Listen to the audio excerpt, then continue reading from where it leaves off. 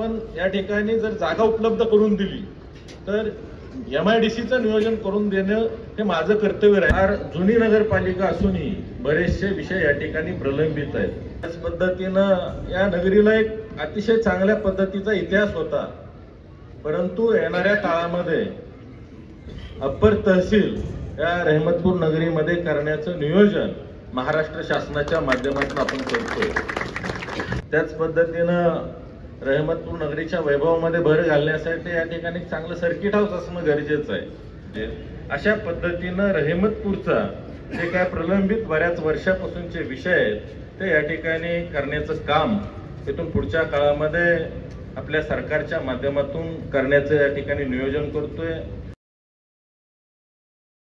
सर्व नागरिकांना तसंच या रहमतपूर पंचक्रोशीतील आमचे सर्व विद्यार्थी शिक्षक बांधव सर्वांना या ठिकाणी हार्दिक अशा शुभेच्छा देतो। खरं तर 1947 साली आजच्याच दिवशी भारत देश स्वतंत्र झाला।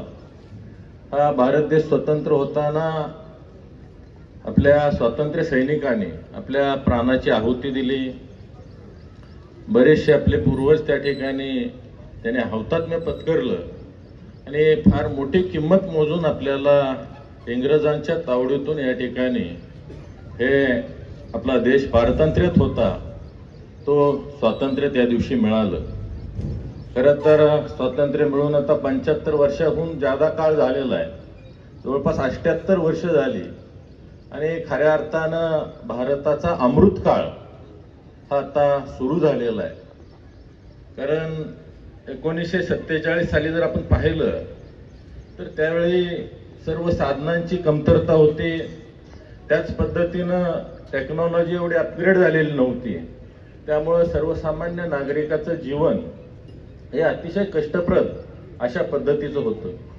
मधल्या काळामध्ये भारत पाक युद्ध झाली, भारत चीन युद्ध झाली आणि त्यानंतर कारगिल युद्ध झालं, आत्ताच अलीकडं लेटेस्ट ऑपरेशन सिंदूर हे झालं आणि या माध्यमातून आपल्या सीमेवर जे सैनिक आहेत यांच्या माध्यमातून आपल्या देशाच्या सर्व सीमा सुरक्षित राहिल्यात। म्हणून आपण आज या ठिकाणी अतिशय गुण्यागोविंदानं देशामध्ये अतिशय चांगल्या वातावरणामध्ये या ठिकाणी राहतोय।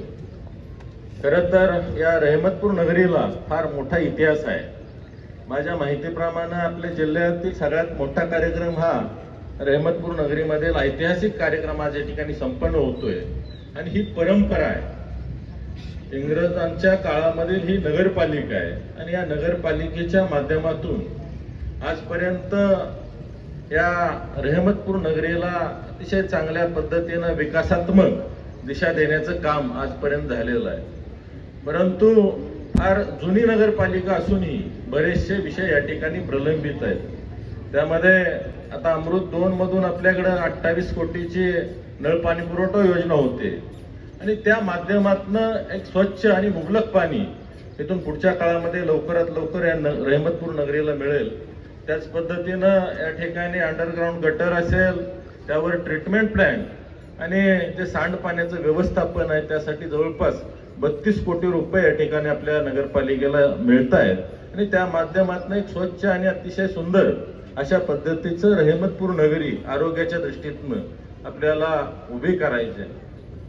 खरं तर स्वातंत्र्यपूर्व काळामध्ये या ठिकाणी तालुका न्यायालय होतं, त्याच पद्धतीनं या नगरीला एक अतिशय चांगल्या पद्धतीचा इतिहास होता, परंतु येणाऱ्या काळामध्ये अप्पर तहसील या रहमतपूर नगरीमध्ये करण्याचं नियोजन महाराष्ट्र शासनाच्या माध्यमातून आपण करतोय की ज्या माध्यमातून आज कोरेगावचा विस्तार सुद्धा फार मोठ्या प्रमाणावर आहे तालुक्याचा।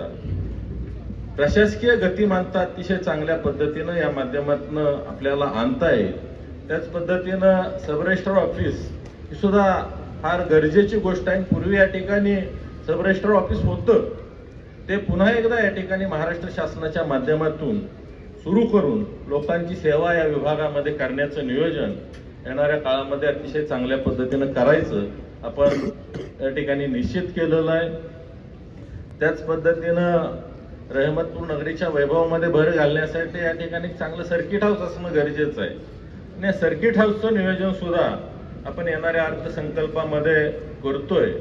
आरोग्याच्या दृष्टिकोनातून ग्रामीण रुग्णालय असणे फार गरजेचं आहे आणि ग्रामीण रुग्णालयाच्या दिशेनं सुद्धा या ठिकाणी आपले नियोजन चालू आहे की जेणेकरून चांगल्या पद्धतीचे उपचार या ठिकाणी आपल्या रहमतपूर नगरीमध्ये आपल्या सर्व नागरिकांना मिळाले पाहिजे.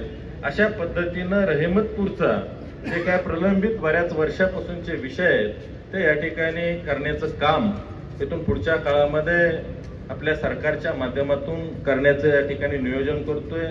भारताचे पंतप्रधान आदरणीय नरेंद्रजी मोदी साहेब यांच्या माध्यमातून देश आता अमृत काळामध्ये अतिशय चांगल्या पद्धतीनं विकासाची भरारी घेतोय. 2047 सालापर्यंत भारत देश हा विकसित देश करण्याच्या दृष्टिकोनातून या ठिकाणी भारत देशाची पावलं आता आपण पडताना पाहतोय. आणि त्यामध्ये आमच्या जे पुढे असलेले विद्यार्थी आहेत त्यांची भूमिका अतिशय महत्वाची आहे, कारण हे आपल्या भारत देशाचं भविष्य आहे. कारण जर आज अमेरिकेसारखा विकसित देश करायचा असेल तर त्यामध्ये लागणारी टेक्नॉलॉजी असेल. आज आपण पाहतोय एआयच्या माध्यमातून मानवाचं जीवन इथून पुढच्या काळामध्ये अतिशय चांगल्या पद्धतीनं सुखी समाधानी होण्यासाठी इथून पुढच्या काळामध्ये आपल्याला टेक्नॉलॉजीचा वापर सुद्धा चांगल्या पद्धतीनं होणार आहे. आज रहमतपूर नगरीच्या बाबतीत जर इतिहास सांगायचा म्हटलं तर कला असेल, क्रीडा, सांस्कृतिक, त्याच पद्धतीनं समाजकारण, राजकारण तसंच शास्त्रज्ञ अशा पद्धतीची व्यक्तिमत्व या रहमतपूर नगरीमध्ये होऊन गेलेले आहे. आज एक शैक्षणिक हब म्हणून रहमतपूर नगरी अतिशय चांगल्या पद्धतीने या ठिकाणी उदयास आलेला आपल्याला पाहायला मिळतोय. प्रत्येक विद्यार्थी घडवण्याचं काम या ठिकाणी चांगल्या पद्धतीनं घडतंय आणि यामधूनच एक अतिशय सुजाण आणि कर्तव्यदक्ष अशा पद्धतीचे नागरिक घडवण्याचं काम आपल्या सर्वांच्या माध्यमातून, आमच्या सर्व शिक्षकांच्या माध्यमातून या ठिकाणी घडताना आपल्याला पाहायला मिळतंय. आणि जो आपला या रहमतपूर नगरीचा इतिहास आहे त्या इतिहासाचं अवलोकन करून येणाऱ्या काळामध्ये सुद्धा आपल्या या विभागातून नामांकित शास्त्रज्ञ तयार झाले पाहिजेत, त्याच पद्धतीनं अधिकारी तयार झाले पाहिजे आणि प्रत्येक क्षेत्रामध्ये ज्या पद्धतीनं आजपर्यंत आपल्या सर्वांनी दिलेलं योगदान आहे हे योगदान इथून पुढच्या काळामध्ये सुद्धा अशाच पद्धतीनं रहमतपूर नगरीचं नाव कायमच पुढे अग्रेसर राहील अशा पद्धतीचं काम आपल्या माध्यमातून या ठिकाणी अपेक्षित आहे. आणि त्यासाठी लागणारी शासकीय काय मदत असेल त्याच पद्धतीनं जे लागणारं मार्गदर्शन असेल त्यासाठी देण्यासाठी या ठिकाणी आपण सर्वच जण उपस्थित आहोत आणि आपल्या सर्वांच्या माध्यमातून मार्गदर्शनातून येणारा भारत हा विकसित भारत घडवण्याच्या दृष्टिकोनातून आपल्या सर्वांचं योगदान हे अतिशय महत्वाचं आणि मोलाचं ठरणार आहे.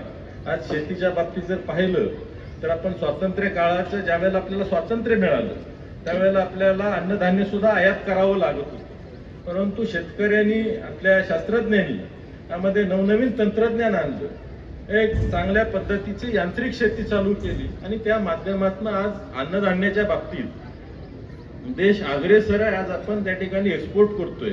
आज औद्योगिक बाबतीत जर पाहिलं तर औद्योगिक प्रगती सुद्धा देशाची अतिशय चांगल्या पद्धतीने या ठिकाणी आपल्याला झालेली पाहायला मिळते. शैक्षणिक बाबतीत सुद्धा देश जगामध्ये अतिशय चांगलं, बाहेरूनच्या देशांमधून विद्यार्थी आपल्याकडे या ठिकाणी शिकायला येत आहेत.